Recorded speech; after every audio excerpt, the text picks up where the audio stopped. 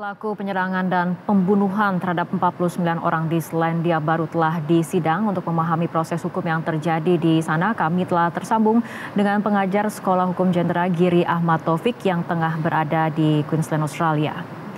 Selamat malam, Mas Giri. Selamat malam, Mbak Fitria. Ya, Mas Giri, mungkin bisa Anda jelaskan bagaimana proses hukum yang terjadi yang kemudian menjerat pelaku sehingga kemudian ketika telah ditangkap di hari Jumat, keesokan harinya kemudian sudah masuk ke dalam persidangan.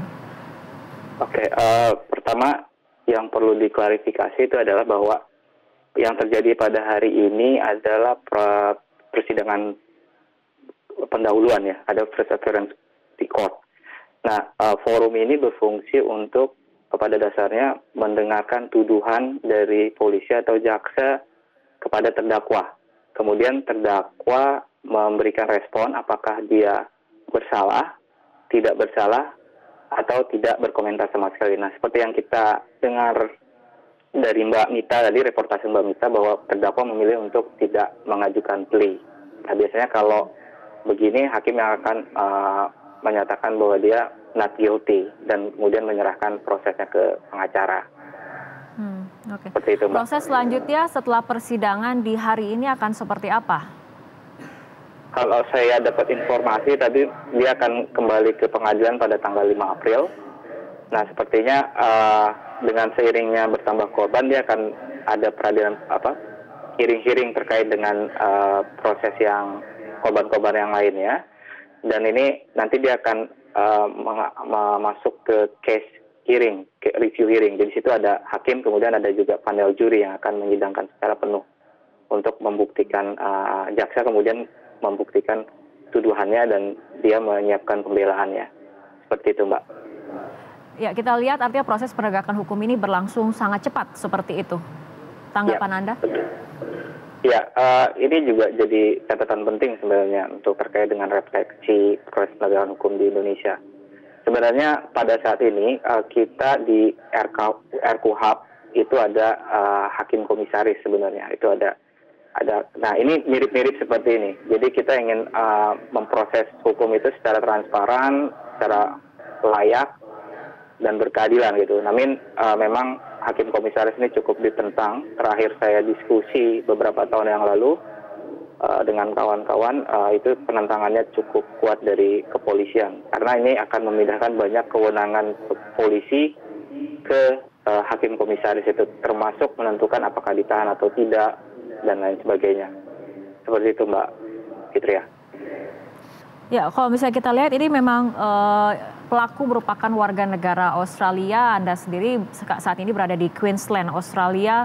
Mungkin bisa dijelaskan bagaimana respon dari masyarakat sendiri melihat kejadian teror di Selandia Baru. Iya, kalau respon masyarakat Australia sendiri cukup bersimpati terhadap kelompok-kelompok Muslim yang ada di Australia. Mereka memberikan dukungan, kemudian dengan cara datang ke masjid, kemudian juga kelompok-kelompok Muslim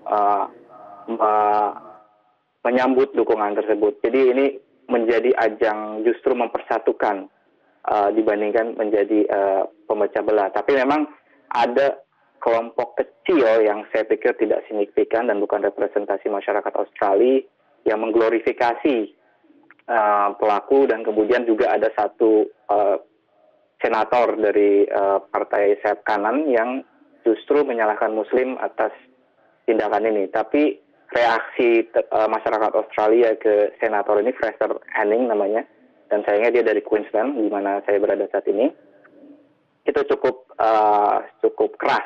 Dan terakhir, kalau tidak saya salah, dia lempar telur tadi siang di Melbourne waktu pada saat konferensi pers.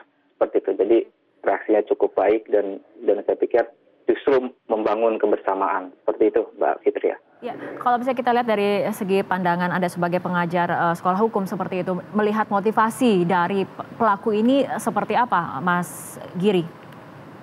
Kalau saya melihatnya ini memang ideologinya terkait dengan white supremacy ya. Jadi ini memang lagi, khususnya di Australia ini memang sangat banyak beberapa, khususnya saya di Queensland, dan ini memang basisnya karena Partai One Nation, pimpinan Pauline Hanson, ini ada di Queensland. Dia menganggap bahwa imigran itu akan mencoba menginvasi dan mengganti supremasi kulit putih atau dominasi kulit putih di Australia, di New Zealand, di Eropa, atau bahkan di Amerika. Jadi ini memang ideologinya yang bermasalah gitu, dan ini seringkali dikondisikan oleh politisi. Bahkan saya dengar bahwa Scott Morrison, Perdana Menteri Australia yang saat ini pada 2011 pernah menyatakan, dikutip dari ABC, dia bilang bahwa sentimen anti-Muslim ini bisa digunakan sebagai strategi elektoral gitu, walaupun dia membantah hal tersebut. Baik, Begitu, terima Mbak kasih Fitri. Mas Giri Ahmad Taufik, pengajar Sekolah Hukum Jentera yang saat ini sedang berada di Queensland, Australia. Terima kasih telah bergabung bersama kami dalam Prime Time News.